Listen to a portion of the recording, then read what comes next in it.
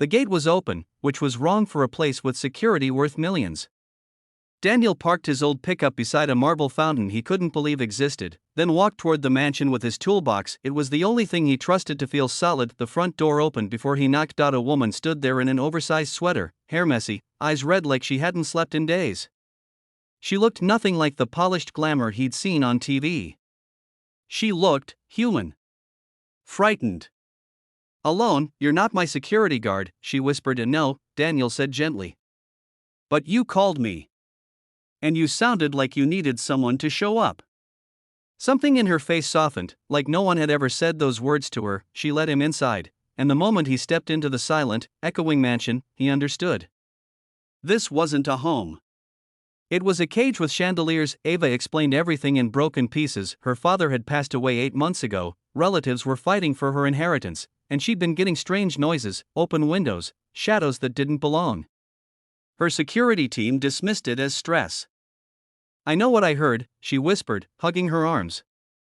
"I know when someone is in my home." Daniel checked locks, windows, hallways, his mechanic instincts kicking in like solving problems was oxygen, but it wasn't the mansion he was worried about. It was Ava. Her hands shook constantly. She apologized even when breathing.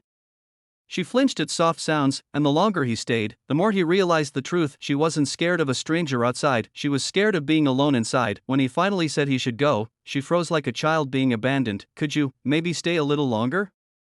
"Just until I fall asleep." Daniel's heart cracked. He shouldn't. He had a daughter. Responsibilities. Work in 4 hours, but he remembered lonely nights after his wife died. He remembered how a voice you can trust can save you. "Okay," he said softly. "I'll stay." Ava fell asleep on the couch within minutes, exhausted from fear, while he sat in a chair across from her, guarding a woman he didn't know yet felt strangely responsible for. He left just before sunrise, leaving her a note. "If you ever feel unsafe again, call. Even if it's the wrong number." He didn't know she kept that note on her nightstand, reading it every night like a lifeline. Chapter 2. The next days turned into a pattern.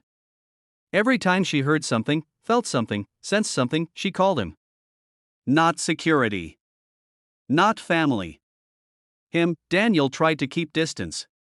He told himself it was just helping a stranger. But every time he walked into the mansion and saw her relieved smile, something inside him anchored deeper. And Lily loved her. Ava would sit on the floor in her expensive clothes, painting with crayons like she was discovering childhood for the first time. Lily whispered one day, "Daddy, Miss Ava is sad. But she smiles when you're here."